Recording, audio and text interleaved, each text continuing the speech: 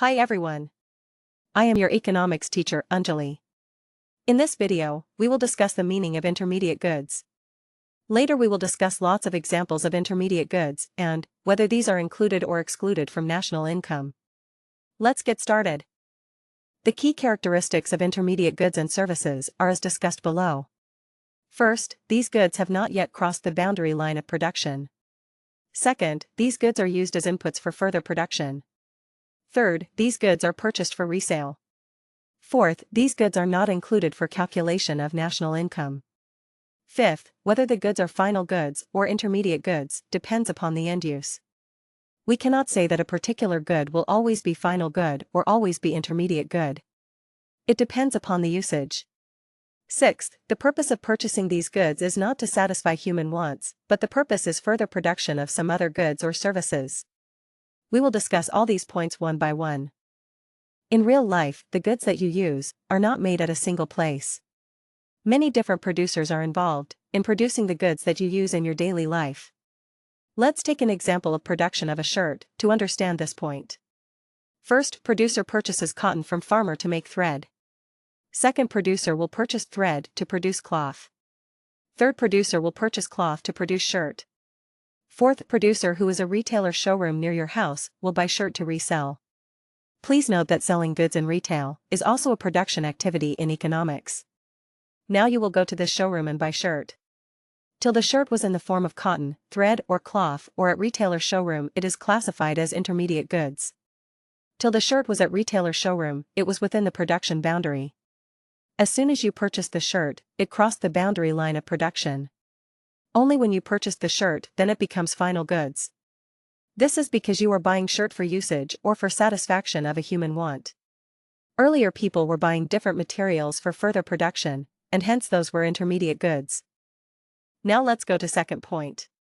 Intermediate goods are used as inputs for further production. These goods are used as raw material. The concept of intermediate goods applies only to a producer. Goods purchased by consumers cannot be intermediate goods. Some examples of intermediate goods are cloth purchased to produce shirt, leather purchased to produce shoes, sugar purchased to produce toffee. Here cloth, leather and sugar are intermediate goods. An example of manufacturer company is Hindustan Unilever. Some of its products are Kissan tomato ketchup, Dove shampoo and Lux soap. Another example could be Cadbury's, who manufactures chocolates. Now let's go to third point. Intermediate goods are those goods which are purchased for resale. Here no manufacturing activity takes place. Goods are sold in the same condition as these are purchased. Wholesalers and retailers come under this category. An example of reseller company is Reliance Retail. You would have seen its showrooms in many cities. Another example is DMart.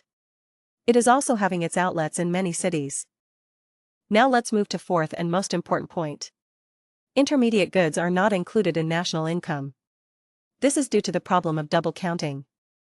The problem of double counting is discussed in a separate video. Now let's move to fifth point on end use. End use means for what purpose a product is used. Let's take an example. If sugar is purchased by a bakery for producing biscuits, then sugar is an intermediate good. This is because sugar is used by producer for producing biscuits. But if sugar is purchased at your home to make tea, then sugar is a final good.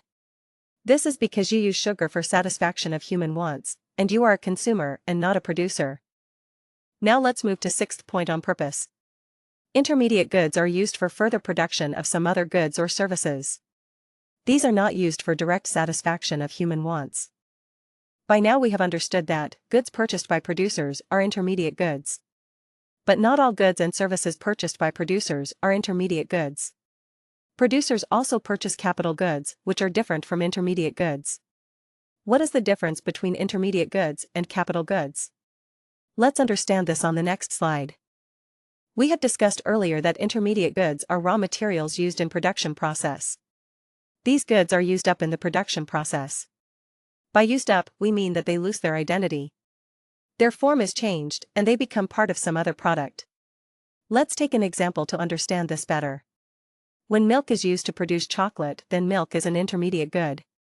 During the production process, milk loses its identity and it becomes part of chocolate. You cannot distinguish between milk and chocolate after the production process ends. Thus, intermediate goods can be used only once and then they lose their identity. So these are also called single-use producer goods. On the other hand, capital goods does not lose their identity during production process. These goods continue to be used for many years. Capital goods are used many times for producing goods for a long period of time. In our example, chocolate making machine will remain as it is even after making chocolate. The machine can be used for making a large number of chocolates for many years. Capital goods are part of gross domestic capital formation and are included in national income. Later on, we will discuss examples of capital goods which are part of gross domestic capital formation. A thumb rule which will help you in exams is that all the goods and services purchased by consumers or households are final consumer goods. These can never be intermediate goods. Only goods purchased by producers can be intermediate goods. Intermediate goods can be of three types. First, goods purchased for resale. Second, goods purchased for use in further production. Third, purchase of services for use in further production. Let's discuss examples of each one by one to understand them better. First, let's start with examples of intermediate goods, which are goods purchased for resale. The producers who do this activity are known as traders. Wholesalers and retailers fall under this category. Most of the shops that you find in market or in shopping malls are traders. They do not manufacture goods. They only buy already manufactured goods for reselling. They bring the goods manufactured closer to the consumer by opening their shops near your house to make it convenient for you to buy goods for consumption. Medicines purchased by medicine shop near your house. Firecrackers purchased on Deepawali by temporary shopkeepers open during the festival. You buy firecrackers from them and have lots of fun during the festival. Notebooks, pen and other items purchased by stationery shopkeeper near your house. You buy lot of things from these shops for your studies. Cars purchased by car dealer. Car dealer is the car showroom from where people purchase new cars. Fresh fruits and vegetables purchased by vegetable vendor near your house. Your mom purchased vegetables from these shops and cook food for you. Toys purchased by toy shop from where your father used to purchase toys for you when you were a little child. Television, washing machine, air conditioner, etc. purchased by retailer showroom near your house or in a famous shopping mall. Now, let's come to examples of intermediate goods which are purchased for use in further production. Most of the items which are entered in profit and loss account will get covered under this category. This covers both goods purchased and services purchased. First, we will see examples of goods purchased, which are intermediate goods. In the next section, we will see examples of services purchased, which are intermediate services. Milk purchased by sweet shop to manufacture sweets is an intermediate good. Other items purchased by sweet shop like sugar, dry fruits, etc. are also intermediate goods. Purchase of cold drinks, burgers, etc. by the school canteen are intermediate goods. School will use it in production of education services. This is an example of how intermediate goods can be used to produce services. Wood, nails, board, paint, etc. purchased by a carpenter to manufacture furniture are intermediate goods. Milk, fruits, sugar, flavors, packing material, etc. purchased by an ice cream manufacturer to make ice cream are intermediate goods. Purchase of steel, paints, seats, tires, and other car parts by a car manufacturer are intermediate goods. Purchase of crude oil by oil refinery to produce petrol and diesel is an intermediate good. Purchase of petrol and diesel, engine oil, car spare parts, car maintenance services, car washing services, etc. by a cab supplier are intermediate goods and services. These are used to produce cab services. Now, let's see some examples of intermediate services, which are purchased for use in further production. Payment of fees to a lawyer, advocate, chartered accountant, auditor, engineer, or any other consultant engaged by a producer business firm is an intermediate service. Remember, if these services are purchased by a household or consumer, then it is not an intermediate service.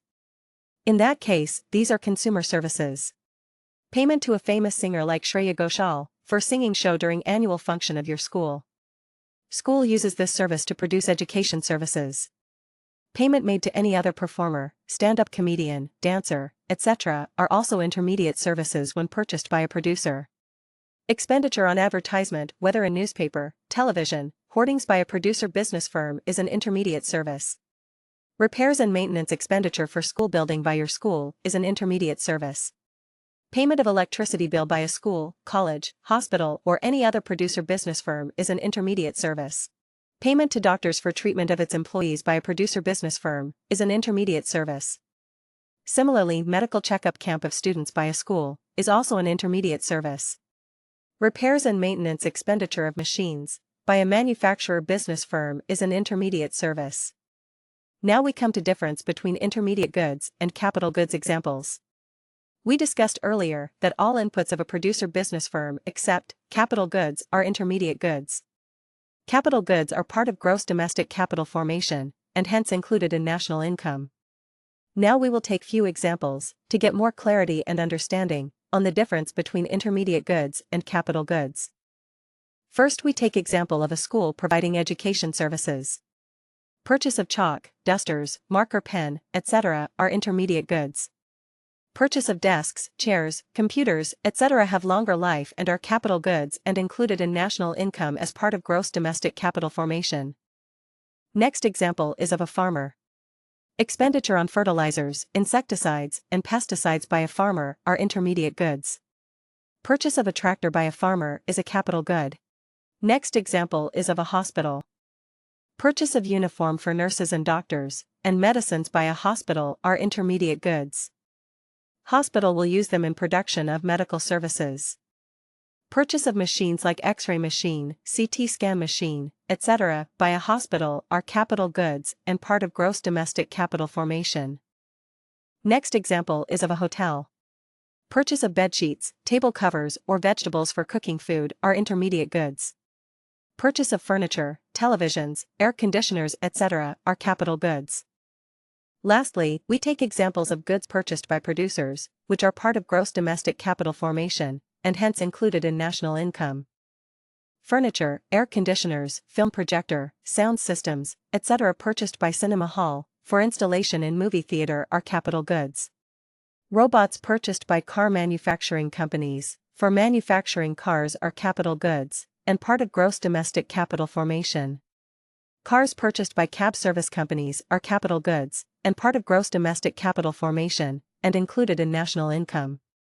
Trucks purchased by a transportation company are capital goods, and part of gross domestic capital formation, and included in national income. We have come to the end of this video. I have covered lots and lots of examples to explain the concepts of intermediate goods, capital goods, and consumer goods and items included and excluded from national income. In case you have any doubts, then put them down in comments and I will answer them. Thanks for watching. Have a great day ahead.